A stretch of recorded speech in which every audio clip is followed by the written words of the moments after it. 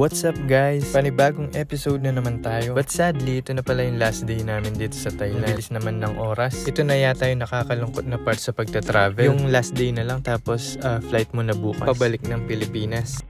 So ayun, dahil free time lang namin yung araw na to, naghanap na lang kami ng mall na pwedeng pasyalan at pagbilhan ng mga souvenirs. Pero bago ang lahat, syempre dahil last day, susulitin na namin ng pagkain. Kaya tara guys, kain tayo.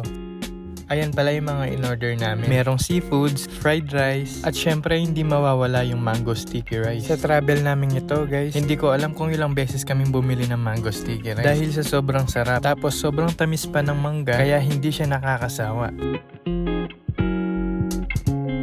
Sa seafoods naman guys, yung kinain namin ay isang uri ng lobster, pero maliit nga lang. Tapos yung sausawan naman niya ay parang suka din, pero may Thai seasoning. At sobrang sarap.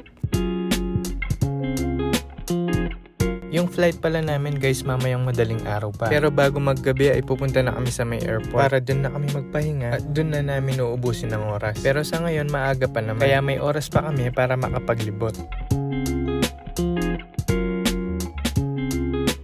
Tapos na kaming kumain guys. Abangan nyo na lang sa next episode ang mga huling sandali namin dito sa Thailand.